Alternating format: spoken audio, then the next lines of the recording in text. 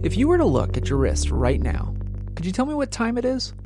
Chances are, if you're listening to me right now, you might not have a watch on your wrist. But better yet, if you're out and about, maybe you're listening to me in your headphones, waiting in line, maybe trying to get that favorite cup of coffee in the morning, look around. Do you see anybody with a really cool looking watch? Something that catches your eye? If you do, say hi. Maybe even just say, hey, nice watch. And just ask them one question. Does it have a story? Chances are, it probably does. And you better have a little bit of time. I'm AJ Barce, one half of the Bellingham Podcast, and this mini-series is about the Watchfam, this group of people, men and women, who have a tick for things that tick. And confession time, I'm one of them.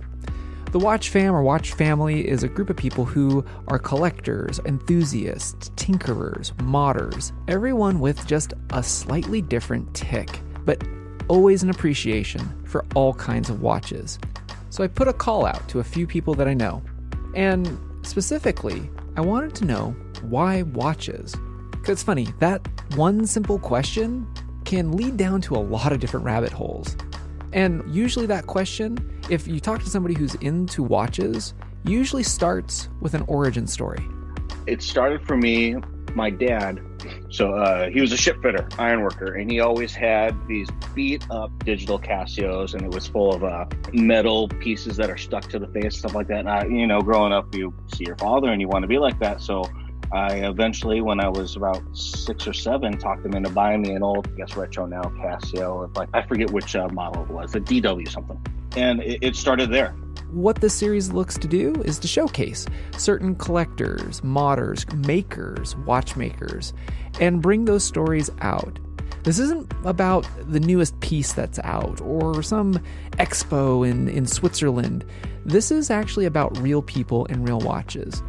And I had a bunch of swatches, and then I had an Digital Seiko my mom got me for high school graduation, and that was it. I was hooked. And that watch got destroyed. I used to be into riding bicycles a lot.